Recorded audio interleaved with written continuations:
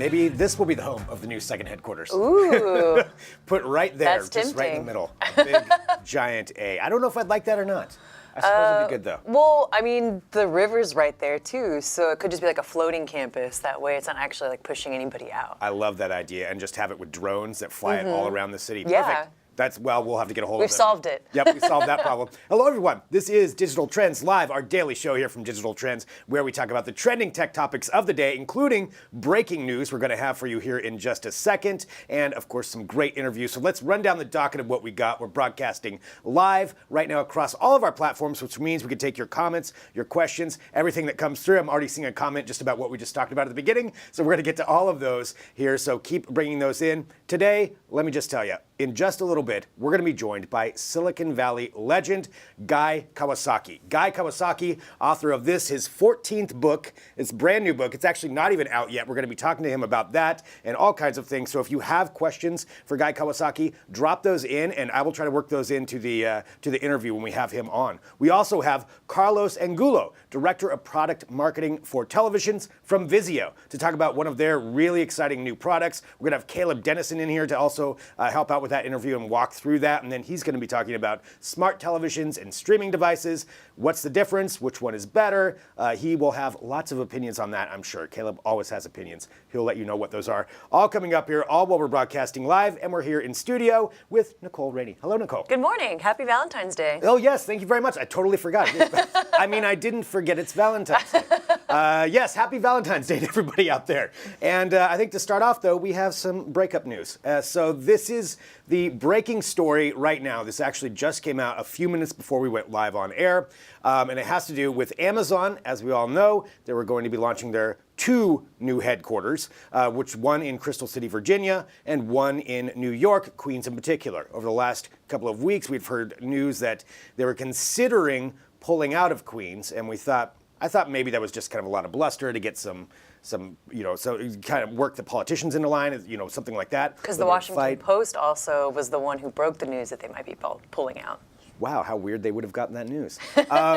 But now it looks like it's official. So this is the story that's just coming out. Amazon said on Thursday that it's canceling plans to build a corporate campus in New York City. This is a huge deal. 25,000 jobs is what it was projected that this headquarters would have. They are officially, from the statement from Amazon, they said, after much thought and deliberation, we've decided not to move forward with our plans to build a headquarters for Amazon in Long Island City, Queens. For Amazon, the commitment to build a new headquarters requires positive, collaborative relationships with state and local elected officials who will be supportive over the long term. And while polls show that 70% of New Yorkers support our plans and investment, a number of state and local politicians have made it clear that they oppose our presence and will not work with us. And then it goes on from there. That's a pretty scathing statement towards the local Pretty politicians. much. And the big news is here, too. So it's kind of like New York's not getting it, but nobody's getting it right now, because they also said in the same statement that they don't have plans to continue the search for the second headquarters at this time. So I wonder what they're going to do with that. I mean, when this came out, when they started looking for the second headquarters, pretty much every city in North America was like me. was trying to vie for this. And a lot of people thought at the time, which is I think pretty true, they were fishing around to see what kind of tax breaks they could get. And they are getting a lot of tax breaks. They were going to get a lot of tax breaks for this. One estimate put it up to like $3 billion as far as investments and incentives from the state and city for this. But I think there's a lot of places that were also offering that. I want to know from you out there watching right now, like, what are your opinions on this? Do you think, who do you think's right or wrong in this situation? Should Amazon have stayed there and just worked with the state, maybe given back some of those incentives, or should the state have said, yeah, no, that's fine, you get all those incentives, bring the jobs here? Who's right? Who's better in this situation? I don't know. I mean, I feel like some of the opposition that came from local lawmakers was the fact that they didn't know that Amazon was going to get so many subsidies. Yeah. So maybe the takeaway here is to be a little bit more upfront with some like the tax breaks and incentives that you'll be getting in whatever city that you move into, because then that way you don't come across these kind of roadblocks before. Yeah. But then it also, I feel like nobody wins in this situation. You know, the people that lose are the people that would have gotten that X amount of jobs. Although Right. Amazon says it's going to continue growing its presences in like all of its existing campuses right now. Yeah, and it's in particular all the ones around Queens. Yeah. They already have them. So Queens, it does sound like, is out on that. Taking a look here at some of the comments, talking about, if they were to move, would you want Amazon coming to your city? Do you want them to bring this to your city? Dan says, no Amazon and PDX. As far as bringing the other headquarters. And then there's speculation also that it could be a Sky City headquarters or a headquarters on the moon. Oh, there you go. Yeah, that does kind of make sense. That solves everything. As Sam stated, the moon is hollow after all. So there it is. That's, Sam Slaughter. You may have seen him before. So yeah, this is just kind of the breaking news. So we'll find out what the fallout's going to be from this, how people are going to react. Obviously, this is going to be a pretty big deal over the day, who knows how long, until they figure out where they're going to put that.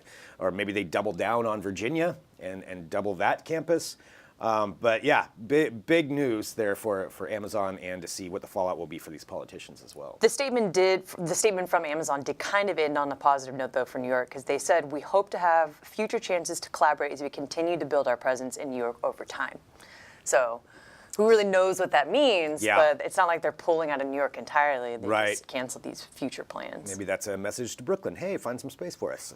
I don't know. That's easy, right? Yeah, right. No, there's plenty of space in Brooklyn. But yeah, so that's kind of the news that we have right now, just what's going on with that. Keep dropping in your comments and questions. Would love to see what you have to say about that, and where it's going to go, what your thoughts are on this big development as far as Amazon and their second headquarters. You want them in your city? Maybe there's a chance now. Or maybe you don't. So we'll find out more about that as the day goes on, and if I get any updates, I'll certainly bring those through here on the live show today. Let's go ahead and do some Read 'em and Weep, though. This is our segment every day where we take a look at the comments and questions, because I do emphasize we are broadcasting live, which means we read your comments as they come through, but we also read them afterward as well. So if you have comments and questions, drop those in, and we will take a look. Sometimes we weep about them, but we do always read them. So that part is true. I can't guarantee I weep every time. But I definitely don't weep. Yeah. I give a sensitive chuckle. A sensitive chuckle. That sensitive chuckle. Okay, so maybe it's, read them and chuckle. Rory Richards, regarding in Portland, one man builds the only scooter wouldn't be ashamed to be seen riding. Of course, it's Portland, the capital of impracticality. I mean, I Wow. did just pitch an Amazon headquarters in the middle of the river, so Yeah. I'm not going to argue with you on that This one. is true. You kind of got us there, Rory. Yeah, but I mean, some of those are pretty fun. I'm not sure which scooter this is that we're talking about, but why can't we build things that are fun too? Yeah. It doesn't always have to be practical. Yeah. Sorry, Rory. All right. Boring Rory. Sorry, not sorry. All right, so Rory Richards, that was on Facebook regarding that. You can take a look at that article. Rick 5 Lands, okay? These beds can save your life in the event of an earthquake. I wonder if I could buy one for my ex-wife, slightly modified, of course. Oh, Wow, that's Rick. horrifying. Wow, that is, I feel like that's going to be in a deposition someday. Yeah. Rick, it is Valentine's Day. I understand if there's some harsh feelings out there. You got to move on. You got to move on, Rick. Is this where we read them and notify the officials? I'm not sure yet, but definitely, maybe this is why she broke up with you. I don't know. I'm just saying, Rick. That's a little harsh there. But let's move on to our next one. Rick 5 Lands on Twitter. Happy Valentine's Day. All right, so we've got a lot of these. Spiffy Turtle. That name alone is already winning. Although since it's about 5G. I worry what we're going to see. How 5G will change your smartphone and your life in 2019. It's a weapon. Same frequency as weapons developed by DARPA. It's to weaponize the airwaves and prepare for our AI future. So much in one comment. Wow. Spiffy Spiffy Turtle has a lot to say. The name Spiffy Turtle, it's very easy to take that seriously. So same frequency as weapons developed by DARPA. So Spiffy Turtle probably has some kind of an insight in there. Maybe he works. Spiffy Turtle works for DARPA. He's blowing the whistle. Yeah, whistleblower. Spiffy Turtle, breaking news. It's to weaponize the airwaves and prepare for our AI future. Okay, so it's weaponizing the airwaves and our AI future, so our robot overlords are. Yeah, also part of I still am so confused. Yeah. I wonder if Spiffy Turtle imagines himself kind of like in a Matrix situation where he's Neo and No, I think this is Terminator for sure. Terminator. Yeah. Terminator. There's got to be some sort of Terminator Okay. situation. Yep. Well, Spiffy Turtle lead the revolution. All right. Hopeton, regarding this robot can ride a bicycle without training wheels. The better these robot parlor tricks, the closer we get to the end. Another one.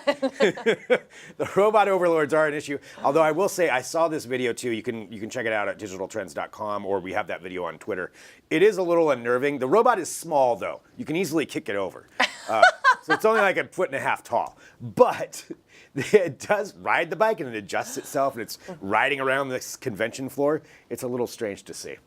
Up next on DT Live, how 5G and bicycle riding robots will lead to Judgment Day. I'm fine as long as I can still kick them. Yeah, that's fine. Once they get big enough I can't kick them, then we're into another issue. So you're not going to be the leader of the resistance? Oh, no. I mean, I know the robots will come for me when it happens. I've said enough against them that, I mean, I like robots, but I want them to stay in their lane. I love the video where they get knocked down with hockey sticks, and they know I know that, so eventually they'll come for me. I know. Michael Stymack, regarding Fender's Acoustasonic guitar, uses advanced tech to become a tonal chameleon. That's a mouthful in that title. The petulant little...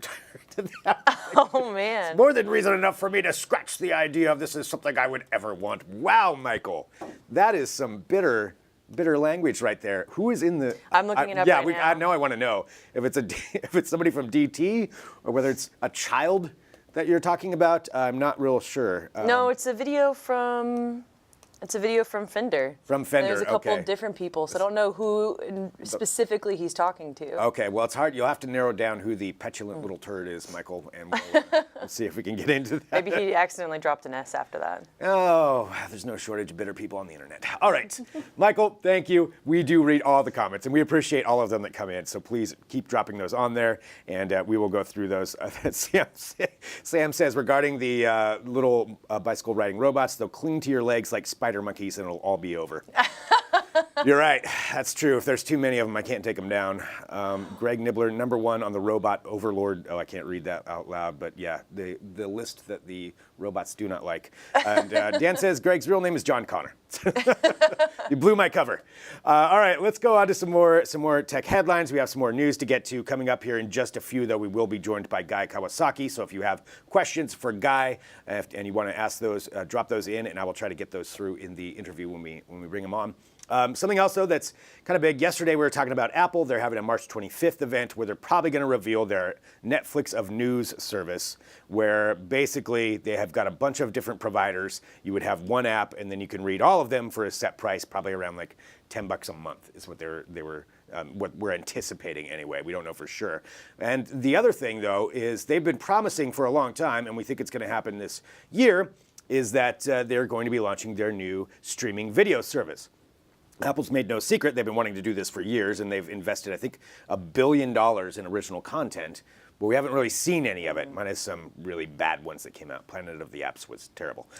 But now we're receiving word that it does kind of seem like this March 25th event might also announce the video streaming service. Okay.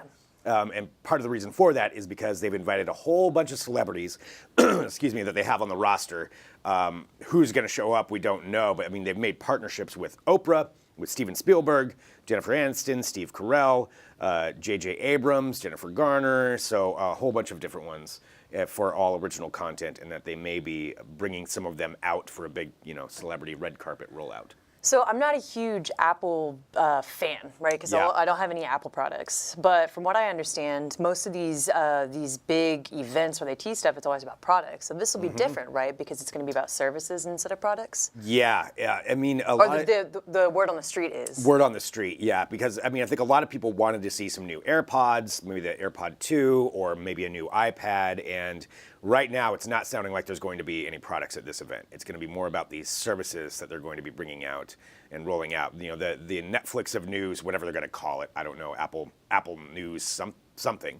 I'm not sure what it'll be called. That's a big thing, although I feel like it'll get overshadowed with this video service. Yeah, because the rumors make it sound like it's going to be similar to Amazon streaming service, where it's like you can pay for certain things and you have free access to other things. So you have another Amazon of streaming and the Netflix of news. Yeah. Which is kind of different coming from Apple, since they always tout themselves as like the innovators or being at the front end of the wave. Yeah, I think they're just seeing, all the money that they can make. I think it's a lot about just like everything, but it's definitely about dollar signs when it comes down to this. Investing $1 billion in original content is a lot of money, although for Apple that's, a tiny drop in the bucket. But they did bring on some big stars with this. So part of the way this would work, and this is for a question for everybody out there, is would this influence you to get an Apple device? In theory, the way it would work is you would get this original content for free if you own an Apple device, and then you can buy on and subscribe to, they said that, CBS All Access, I think, is going to be on it. And then there may be HBO, probably not Netflix or Hulu. I doubt they would want to go into this and and split the cost with or split their revenue with Apple by going through their streaming service. Is this something you would be interested in? Do you want to see the original content? Some of the things, there's J.J. Abrams and Jennifer Garner are doing a new series. Steven Spielberg's bringing back Amazing Stories. That's kind of cool.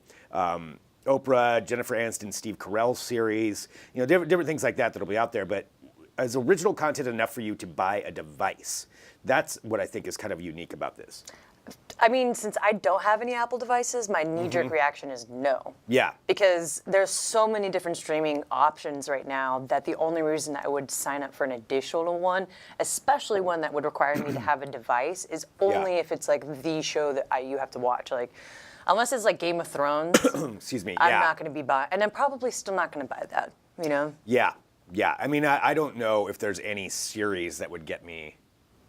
To buy a device to watch it. But will Oprah get you to buy a device? Oprah's probably not going to influence me on that, although if I got a free car, then it would do it. It's an interesting concept, and I don't know if that'll push the dial on that, or if it's just a bonus to stay in the Apple ecosystem, and how that would all work. But it's definitely going to be interesting, and that announcement, again, is supposed to be, we're thinking March 25th, based on the fact that they're inviting all these celebrities out for it. So we'll see. A lot to find out when that comes down to it. Let's see. Let's do another story here too that I wanted to get to, and this does have to do with tech, and it has to do with NASA. And yesterday, it was official. After 15 years, the Opportunity rover was officially ended. As far as that program was ended by NASA, they haven't been able to get contact with it. I believe they've tried it, I think, 1,000 different recovery commands, but it's not responding. So after 15 years on the surface of Mars, it is now gone. But we did get a lot of stuff from that Opportunity rover.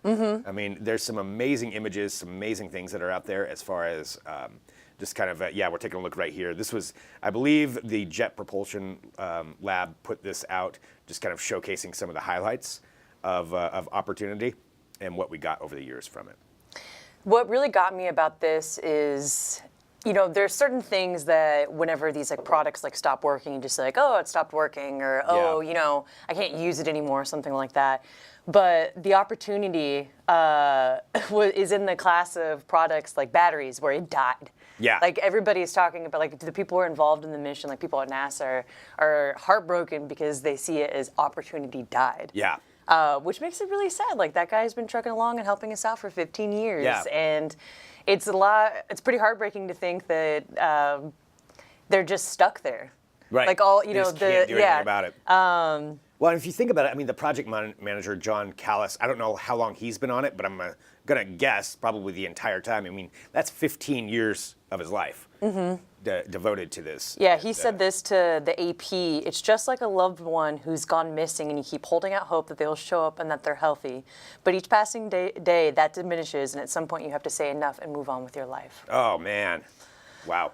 Well, we did get a lot of amazing things. And Discovery, it set a bunch of records as far as being the it surpassed the previous record for longevity of a service mission. So it has the longest mission. And it also set the record for the most miles traveled. It traveled 28 miles on the planet's surface. So Opportunity is no more. But still, pretty cool that we were able to do that and just to be able to see all that. But if Elon Musk actually does end up taking us to Mars, maybe we'll be able to recover him one day. Right, they'll set up a display around a glass box around that, and you can go see it. And that's brings us to the other point. Elon Musk, is no stranger to posting things on Twitter and crazy statements that are out there, and a lot of the times he can back those up.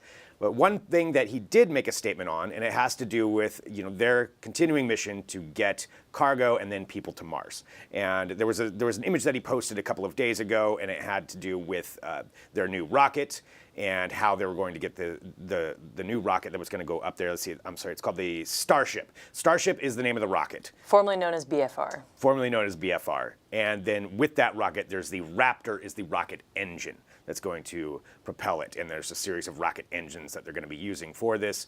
And so he posted a video of this, and then he answered some questions. So what are the estimated costs for tickets to Moon, Mars, accounting for usability? This is where it came kind of weird. So he believes that eventually, when they're done with this program, that you will be able to get to Mars for less than $500,000 and maybe even below $100,000. And that would be enough for people to pick up and move to Mars. Elon has said a lot of really unbelievable things. Yes. And most of them entertain me. But this one is the hardest to believe. Like, I can't imagine being able to go to Mars for cheaper than I can buy a house here in the United States. Yeah. Like, that's insane. That's what he's saying. And he also made a statement saying that he believes there's a 70% chance that he will go to Mars himself, and that he would, end up on Mars. And presumably that's where you end up. He did say, in theory, this ticket, you'd have a free ticket back home, but there's probably no way home. That's part of the deal. And his idea is that once we set up this city, a sustainable city on Mars, there will be lots of job opportunities because you'll get there and there'll be things to work on. But the thing is, you'll get to go work on Mars, but what are you going to spend it on? What are you going to do with it? Because you have no choice. You're basically, under Elon's empire at that point. And I'm not saying I wouldn't want to go to Mars, because I might want to do that. But I think going in with the full idea that you work for Elon. Yeah, but I mean, think about it this way too. Like, whenever we're looking to purchase home, we take into consideration things like, what are the schools like in the area? What are your access to different bars and restaurants? So in this case, you have access to no schools, no bars, no restaurants, but at least you can see opportunity. Right, yeah, and the same landscape all the time. But that's one of the things Elon said. So I just find it really interesting. That stuff's probably deserving of a longer conversation that we can have another time. But we need to go to a break right now because we have Guy Kawasaki who's going to be joining us here momentarily. Nicole, thank you for coming in here today. Thanks for having me. So much fun. It's always fun talking about the news. It's always fun talking about the tech headlines with everybody who's watching. And if you have questions for Guy Kawasaki, drop those in there right now because he's going to be joining us here in just a moment. We'll be right back with more Digital Trends Live.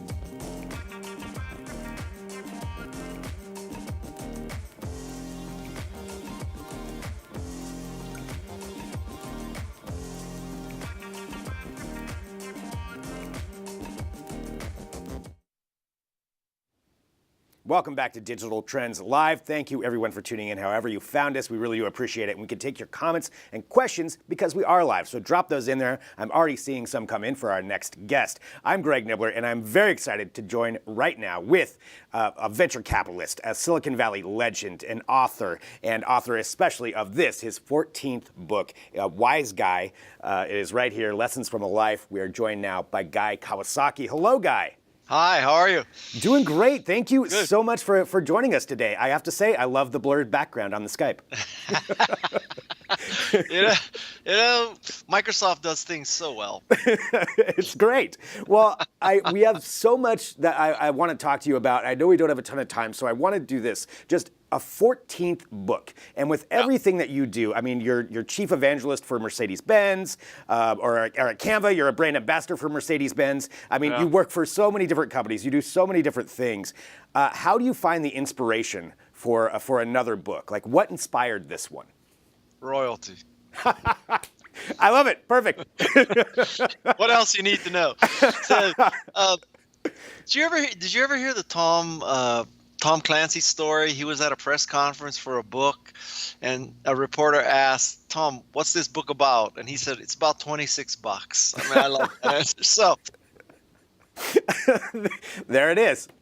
So the book is, again, Wise Guy, Lessons from a Life. All right, well, let me ask you just a little bit about the book. So, because you make a big point of saying it's not an autobiography, it's not a memoir.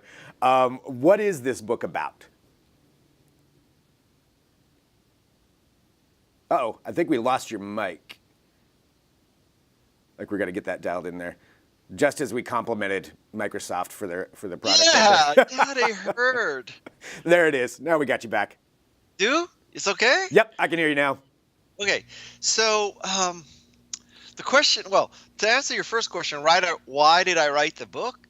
There's two levels. One is I have two more kids who are in high school and still have to go to college, so I face a lot of tuition in my life. So that's number one. Number two is I'd like to leave something of value that, in the words of Steve Jobs, that can help dent the universe. And so what I wanted to do was basically compile all the mistakes and stories in my life into one piece so that people could discern as much as they could from my life and my mistakes. Don't get me wrong. This is not one of those memoirs where I'm telling you how I did everything right and just follow my path because I'm a perfect kind of guy.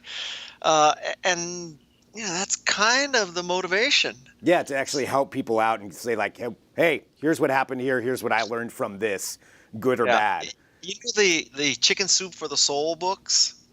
So the Chicken Soup for the Soul books, they're contributions from various people, stories of their lives and what they learned. So this book is like that, except it's all my stories. So I tell people you can think of it as miso soup for the soul. I like it. There it is. There's the tagline right there. There you go. Well, one of the things that I thought was interesting here, I mean, in addition to the lessons that you give, but I feel like maybe you learned a little something as well, just especially with researching your family history, because you talk about how difficult that was to go back. What was that process like? Well, I asked some of my cousins, because I'm 64, so we're old already. Our parents are very old or gone. So both of my parents are gone. So I asked some of my cousins, and I had to go through some documents, and then I went to Ancestry.com, and it was not a trivial task. So one of the things I want to do for my children is I've documented as much as I know, so they won't have to go through that. It's one of the lessons I learned is while your parents are alive and cogent, you better ask them their story, because it ain't easy to recreate after. My gosh. Right, because it's not like there's you can go through their Facebook history and see what they were posting about, back then. Well, in my case, you can. That's true. You'll be good to go. Yeah, maybe it's a little TMI. I mean, but yeah. Well, and you've got 14 books, so they'll probably be able to suss out a little bit about you down the line. Would think. Yeah. Well, one other, I want to ask about a couple of other things, projects, and we're getting questions coming in too that people want to ask you that I want to get to.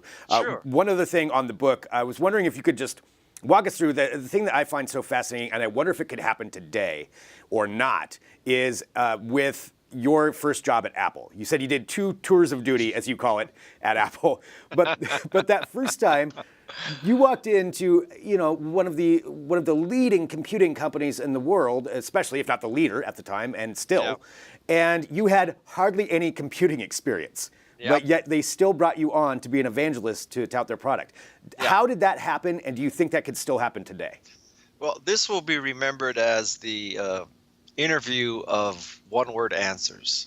So, remember when I said royalty before? Yeah. So to answer your question, how did someone with a background in psychology and jewelry sales get into the Macintosh division working for Steve Jobs, evangelizing Macintosh? And the answer is nepotism.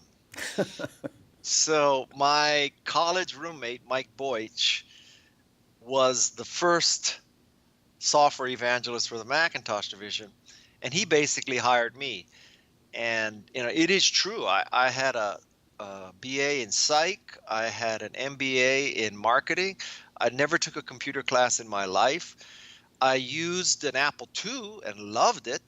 And I also spent about half a year working for a small software company, because the transition to go from jewelry to tech was not easy. Basically, I was rejected by everyone. And so on paper, I was, the last person you'd possibly want to bet evangelizing your new S on. Oh my God. Well, but you did it. Well, okay, so but nepotism. Yeah. That's one of the big ways. Well, but the bigger picture lesson here is not that, make a lot of friends so they can hire you later. The lesson is that it doesn't matter how you get into the position. What matters is what you do once you are in. So the fact that I got in through nepotism, that helped me get in, just as if I had a PhD in computer science from Carnegie Mellon, or if I had run the third-party developer program for Hewlett Packard. All those methods can get you into a position. But about a week later, none of it matters. It also doesn't matter if you had a 4.2 GPA or a 2.65 GPA. Nobody cares about those kind of things. Can you produce or not? Yeah. And that's a very valuable lesson. That's a great point. Getting your foot in the door sometimes can be the hard part, but yeah, once you're there, you gotta perform. It's the great equalizer, yes. Right. Well, I have some questions here that are coming through about something else, because you do so many things, and we'll certainly talk about the book here again. But Tina is asking, ask about Privy, so the social media platform. So as she said, you announced the private social media network a little while back, but we haven't heard an update. What can we know about that? Well, Privy is an anti-social social media app, and so the use case is you want to share photos, text, links, and video with a small group of people. It is double opt-in, so you have to invite them and they have to accept. And once you're in there, in that group, that album as we call it, there is no algorithm that optimizes, guy wants to see surfing pictures and video, but he doesn't want to see, basket weaving. So if you're in the group, everybody sees everything. So the use case for me is I have a group that has only 6 people in it, myself and 5 members of my family.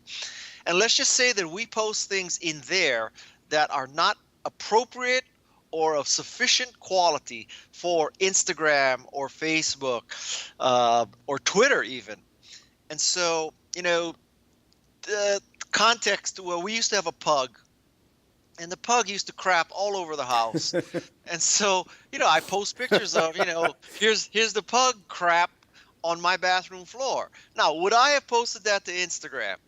Well, in my case, I might have, but would a reasonable person post that to Instagram? The answer is no.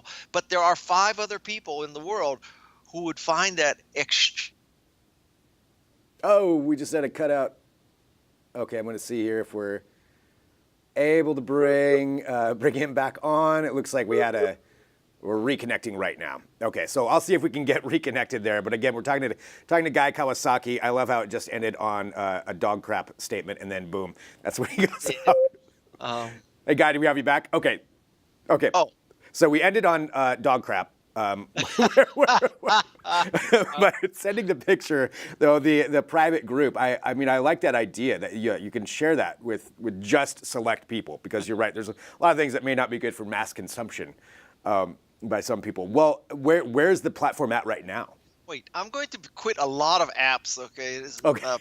How many apps do you have open right now? About 8. What app do you use the most? Believe it or not, the one I use the most is Apple Mail. Really? Apple Mail? Yeah. Yeah, we're going to go down a rat hole right now, but I love how Outlook handles email, except that Outlook, as far as I know, on a Mac, will not add an incoming contact to Google Contacts. And so I really need the ability to, okay, somebody writes me, I know it's going to be an important person. I want to add this person to my Google Contacts to capture him or her forever. And to my knowledge, you can't do that with Outlook, which prevents me from using Outlook. I don't want it in the Outlook address book, right? Right. So anyway, so where were we? So Apple Mail. Let's go. Dog crap. So the use case of Privy is, our pug craps all over the house. I take a picture of his crap on my bathroom floor. I send it to 5 people. It's appropriate and extremely funny. It's not appropriate or of sufficient quality for social media in general. That makes sense. I love that idea. I've got another question about Privy, actually. Does Privy allow you to separate communication groups, or is your account your only group? If I understand the question right, I have one album for my family. I have one album for my surfing buddies in California. I have another album for my surfing buddies in Hawaii. And so I have, 5 or 6 albums like that, and different albums get different pictures. But in each case, everyone in each album exercised double opt-in. They both have to admit. You can't just throw it in like, hey, here's this picture. I can't. Yeah, it's not like I'm just texting you a message or emailing you a message. You have to say you want to join this thing. So this is, not to be sexist or anything, this is the perfect mom app, where mom just wants to communicate with her kids and grandkids, not be out there on Instagram, not be out there on Facebook. This is the only 5 people I want them to see, my lasagna or whatever, my new Ferrari, something like that. Well, and I love the idea that it's a little bit more, private, but I imagine it's a little more secure. I would think if you have 2 people, I mean, as we all know, social media has got a little bit of a security issue, Facebook, right now. So that seems like maybe that would handle a little bit of that better. Well, and there's no data mining, there's no ads, there's no nothing. So, if it takes off, and it's to be determined yet, it's going to be a subscription model. So, you can either pay with your privacy or you can pay with money. Pick one. Yeah, I mean, that's really what it comes down to. Yeah, it's got to be one or the other. And where's that at right now? Can people sign up for Yeah. It's in the App Store, and it's in the Google Store too. Fantastic. Well, I'm excited to know about that. I mean, there's so much that we could talk about, and I know we have a little bit. We're starting to run low on time, but let's talk about the book here one more time. So, Lessons from a Life. What do you think? What's one thing you think people should take away from this book? Well, other than you get royalties. Yeah. I think they should take away the fact that. Life is not a straight, optimized path.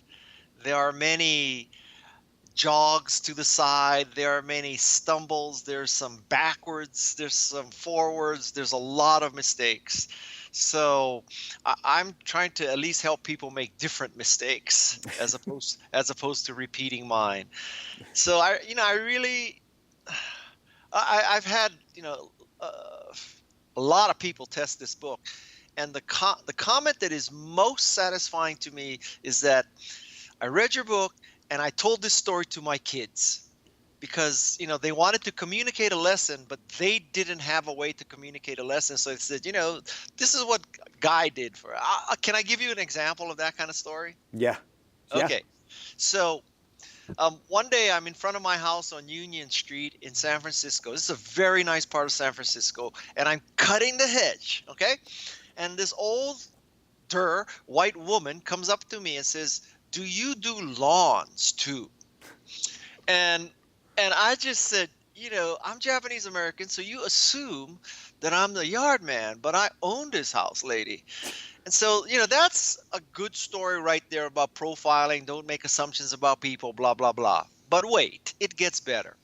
So a couple weeks later, my father comes and visits me. I'm third generation Japanese American. He's second. He served in the U.S. Army. So, I fully expected him to go off on this. Like, how dare this woman ask you if you're the yard man just because you're Japanese? Does she realize you went to Stanford? You worked at Apple. You're kind of a big deal. You've written books. But quite the contrary. He says to me, son, on Union Street in San Francisco, a Japanese guy cutting the hedge in front of the house most likely would have been the yard man. So statistically, she was probably right. So get over it. It ain't personal. Man up. And that was a pivotal moment in my life. I learned, don't look for problems where they don't exist. Give people the benefit of the doubt. Don't be thin-skinned. Rise above it. And it all happened because I was out there cutting my bougainvillea. That's fantastic. Learning lessons from everything, and that's kind of what this book is all about. Wise Guy, Lessons from a Life by Guy Kawasaki. It's out on February 26th, I believe, Yes. is when the actual date is. And where can people pick it up? Oh, it'll be hard to avoid. Obviously Amazon, CEO Reed, Barnes & Noble, Walmart. I'm going to cover the year. It's going to be like smog. So find it everywhere, February 26th. Pick up this book, learn some lessons, help Guy out with his royalties and his kids' college fund. And Guy, thank you so much for joining us today. Thank you. Thank you for having me. I'm really grateful for this opportunity. Fantastic. All right, Guy Kawasaki right here on Digital Trends Live. See you later. And see, there we go. Everybody, every day we have something different on this show, and that is so fantastic talking to Guy Kawasaki, Silicon Valley legend. And I know we need to get to a break because we have more to bring you right now. And I believe we have Carlos Angulo who's going to be joining us from Vizio. So we're going to be talking to him about Vizio televisions. We're broadcasting live. Thanks, everybody, for dropping in those questions. Let's go to a quick break, I believe, and then we'll be back here in just a minute with Carlos and Caleb Dennison joining us as well right here on Digital Trends Live.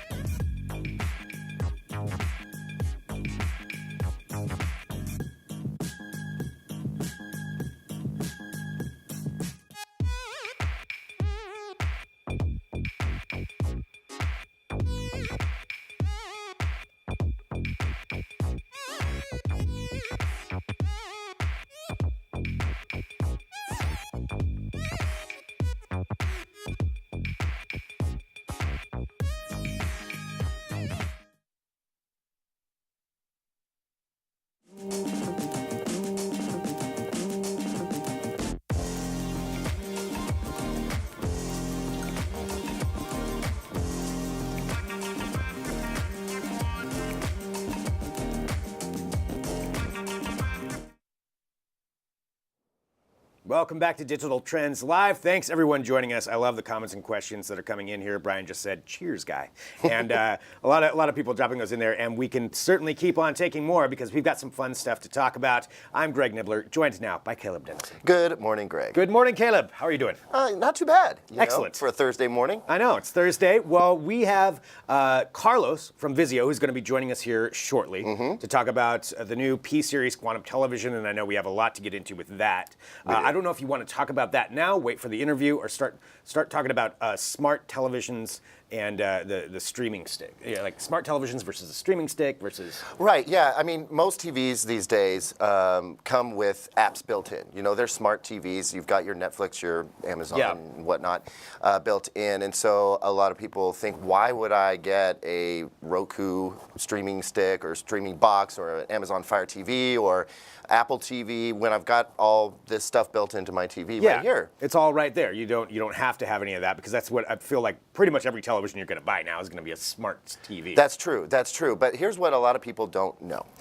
Not all smart TVs are built the same, and the apps on those smart TVs vary widely. So if you're using the I know that we were complaining on the podcast the other day about how the Amazon app on PlayStation is just terrible. Yeah. Whereas on Roku It is. and It's Fire really TV, bad. it's not, right? Exactly. So not all smart platforms are built the same.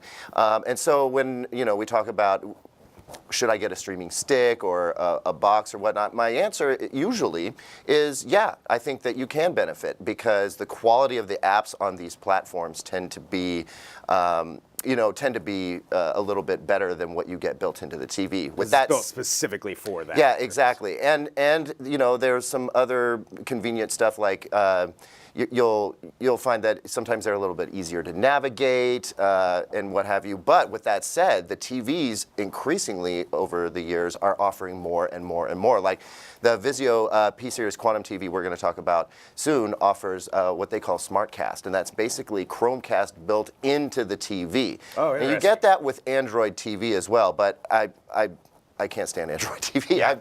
I'm not a fan. But with Vizio SmartCast, what they've done is they've built their platform so that they can stack on top of it, right? So they already have Chromecast, but we're going to talk about this in a few minutes with Carlos from Vizio. They're also adding Apple AirPlay 2 along Which is getting with HomeKit. incorporated into a bunch of It is. televisions now. It's getting incorporated into a bunch of televisions, but there's good news for Vizio owners that other TV owners won't get, and we'll talk about that in the next segment just to tease that. But yeah, if you're wondering if you need a streaming stick or a streaming box and you're just not sure, I say give one a shot. I mean, you can always return it. Plus, you know what? They're not all that expensive, and here's something you can do with a streaming stick or a streaming box that you can't do with a smart TV.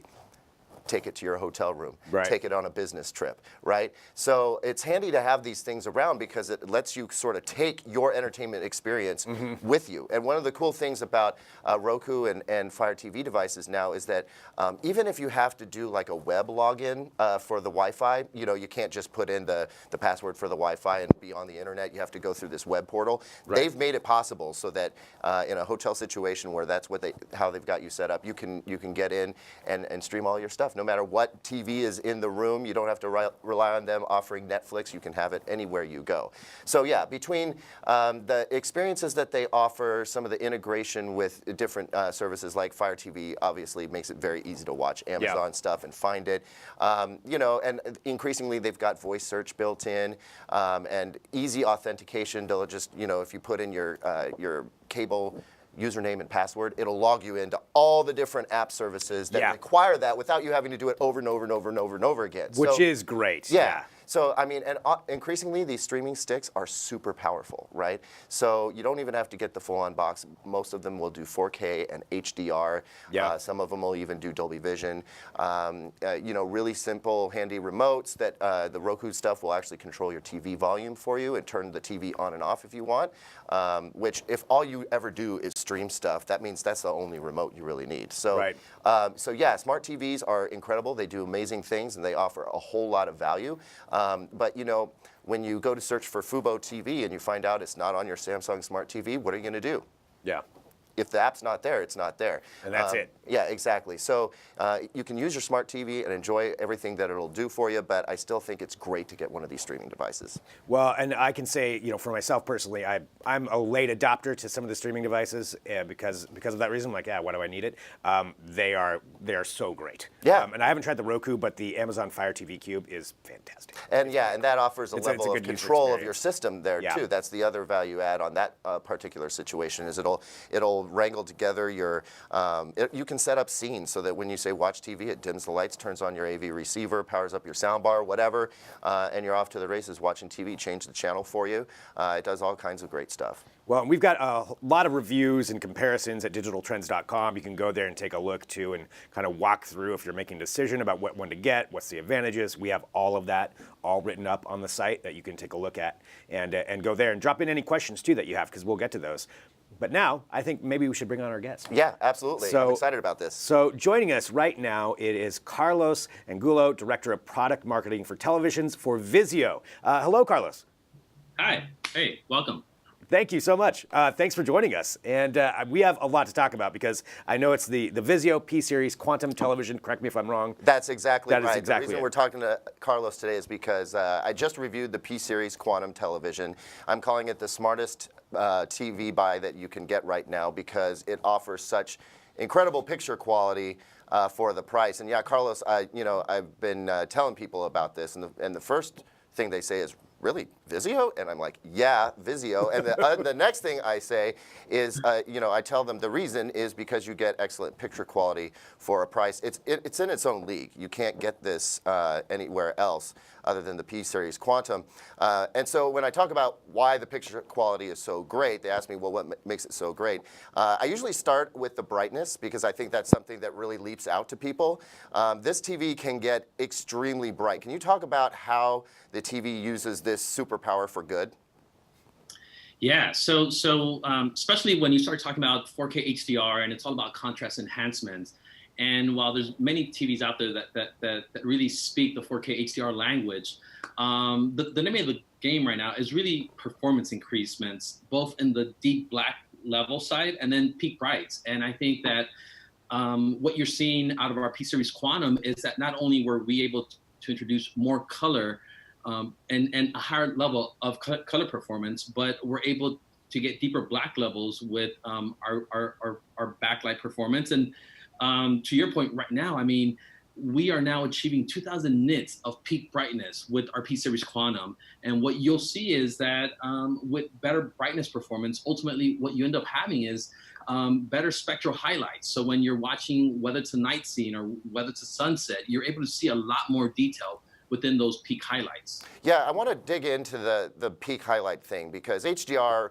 arguably is more impressive than just 4K resolution, especially on its own, right? And I think that, I mean, you guys use quantum dots. First of all, this is the first TV that you've used that has quantum dots. Is that right? Actually, it's the second TV. So we did launch our reference series. That's right. That's right. The reference series. That introduced a quantum dot color performance, but this is the first quantum dot within our SmartCast line of products. That's right. Thank you for correcting me there. I do remember the reference series, and it was a great TV, but we're getting picture quality that gets really close to where you were with the reference series, down around anywhere between $1,500 or $1,800, which is just remarkable. And for those people who don't understand, what 2000 nits means, basically it means that this TV can get up to 2 to 3 times brighter than most TVs on the market right now, which, what do you do with all that brightness? And I wanted to dig in. So you're not just searing people's eyeballs with like a bright picture, you're using it to get to those highlights that really leap out at the viewer, right? How do you guys handle those super, super top level highlights different than other TVs right now? So it goes back to the backbone of our picture quality, which is our backlight structure. So the full array LED backlight is one that we have implemented into every one of our products, and we've done it for longer than anyone else. And it's a big credit to the product development team, our engineering team, who has really been able to enhance the performance of our backlight. And ultimately, what you end up seeing is it is years and years of really fine-tuning our algorithm that allows you to not only push our brightness levels up to 2000 nits, but the processing power that goes behind that, and being able to within the algorithm perfect that in such a way that you're able to get really rich and vibrant detail out of those peaks. Yeah, I think we can all agree that algorithm is like not the sexiest word in the world, but when you're talking about TV, it's probably the most important word, processing, right? Yeah. You can have the exact same panel on a number of different TVs. What makes the difference is the processing. And I think this is some of the best processing I've ever seen from Vizio. Definitely the best color accuracy I've seen so far. What have you guys been doing in that field to sort of dial in your color game? I mean, the color game was always good, but we're talking about getting close to some of the best color accuracy that you can get out there. And we're talking about competing against $3,000, $4,000, $5,000 TVs. So how are you guys doing that? Yeah, it really goes down to the way that I like to simplify it and how I talk about it. It really is the trifecta, right? Which is black sprites and color. And the idea is that, yes, we're getting more color or better color performance because of our quantum dot backlight. And you're now getting over 80% of Rec 2020. But it is the combination of that color with the 2000 nits of peak brightness and the 192 zones of local dimming that allows you to achieve those deep black levels collectively with the performance levels that we're able to get in each one of those respective areas with black detail, brightness, and color. That is really what allows us to achieve that accuracy. And again, it goes back to the algorithm, to the processing, to the product development work, and being able to fine tune that. But with those tools, you can really output a picture that is not only super bright, it's extremely accurate to your point. And I think that the P-Series Quantum is a testament to what our team has been able to put together from a performance level. It's Carlos's job to talk well of his TV line, but I'm going to go ahead and vouch for him. What he says is true. I mean, for TV nerds, 192 zones is like, what? I want to have that in my home. So yeah, I mean, it's true. Immensely bright HDR highlights. It just really sparkles. You got really good shadow detail. I mean, it gets extremely close to OLED quality in terms of the black levels, which is really hard to achieve. And then, of course, it can get much brighter than OLED can. And then, you know, outstanding color. That's really the trifecta, just like you said. This TV nails all of that. 65 inches for between $1,500 and $1,800, depending on when it goes on sale or whatever. You can't touch that. If you're looking for a premium TV and you just don't want to cough up $2,500, $3,000, this is the TV to go with. Now, Carlos, before you take off, I want to talk a little bit about what's happening with Apple. We heard, I mean, Apple doesn't do CES, right? But Apple was kind of at CES this year. They kind of Trojan horsed it. And you guys were among the first to make an announcement that you have partnered up with Apple. And I think the most exciting thing is it's not just for people who buy 2019 TVs, right? Apple is coming to folks as far back as which year? 2016. That's so wow. Every 4K SmartCast TV that we have ever shipped from the inception of SmartCast, which was spring of 2016, will receive the update to enable Apple AirPlay and Apple HomeKit. So can you talk a little bit about what people will be able to do once the TVs get the update and it's got Apple AirPlay 2 and HomeKit? What can they do with that? Yeah, I mean, you were talking about in your segment earlier in terms of what SmartCast offers. And if you think about our platform, because of the architecture, it's really catering to the smart TV experiences and really how consumers engage with their technology and their content, right? So the idea is that because of Chromecast, we've been able to build an ecosystem that plays extremely well with the users that may have a Pixel phone or that may have an Android phone that want to Chromecast or use an iPhone but use Chromecast technology to cast to the big screen. What you'll be able to do now is really expand that and not only cater to users who are familiar with Chromecast, but the idea is that with Apple AirPlay, you'll be able to really treat this like you would your Apple TV and be able to use AirPlay to send content to the big screen, whether it's from your iTunes collection or the apps that will be supported through Apple AirPlay 2. But the idea is that everything from screen mirroring, everything that you typically would love out of AirPlay, you now get with your Vizio SmartCast. So you can pull up iTunes, you can pull up the movies that you've purchased, you can stream all that stuff straight to the TV. You can use Siri to command it all. You can transfer music that's playing on one smart speaker over to, you know, a Vizio TV. It becomes part of that whole ecosystem. And if you're using HomeKit for your smart home stuff, it becomes integrated into that as well,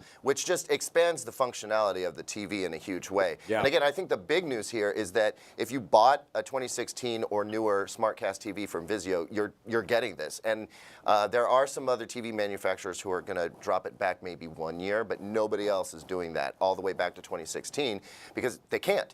Vizio, again, not to do your job here for you, Carlos, but Vizio's architecture allows them to put it back that early in the stream. So I think that's super exciting.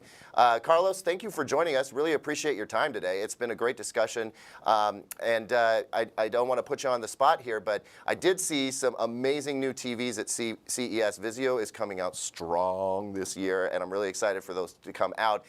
How many months do I have to wait? So you won't have to wait that much longer. So you're absolutely right. I mean, just one last thing is that as great as the P-Series Quantum was for us in 2018, you saw the lineup in 2019. All that technology is trickling down. So we saw in P-Series Quantum, you'll see better performance out of our P-Series. Quantum is coming down to M-Series. And our flagship P-Series Quantum X will actually launch with up to 480 zones of low local dimming, nearly 3,000 nits of peak brightness. So from a performance standpoint, it's going to be amazing. You will start to see the new lines start to ship this spring. So as early as I'd say somewhere in the Q2 range. Okay, well, no, that's fair. No, I don't want you to have to put a date out there because I know you're not allowed to. Like, this is very, top secret stuff. But that's really exciting to know that that stuff's coming around the bend. And the thing that makes that great news for the P-Series Quantum we have now, which is an outstanding TV, I would not necessarily wait to buy it, but if you do, it's just going to come down in price and be even more high value. So, I mean, it's a win-win situation no matter how you look at it. Well, and that review is up right now, so or it's going to be up very soon. Oh, it's up. It's up right now, so you can check that out at Digital Trends. And Carlos, thank you so much for coming on here to talk about televisions today. We really, really appreciate it. Well, thanks for having me, and it's been fun. Thank you. Take care, man. Fantastic.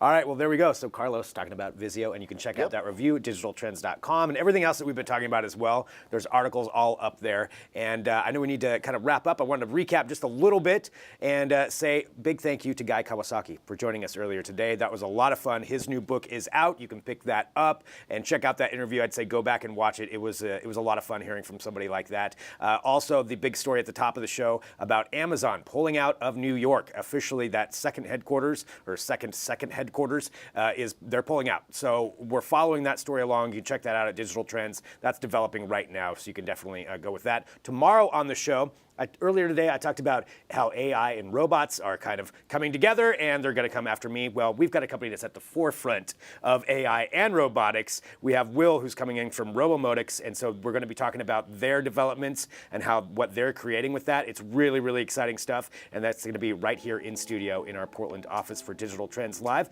Thank you, Caleb, for joining us here. My pleasure, and I'll see you at the podcast later. Absolutely. Podcast coming up. Trends with Benefits live at 2:30 p.m. Pacific. You can join us. I think we're going to be talking about e-scooters today. Are you for them? Are you against them? Let us know your thoughts. Everybody's got an opinion on them one way or another. I can't wait. We will be talking about that live on the podcast Trends with Benefits, and we'll be back here tomorrow with more Digital Trends Live.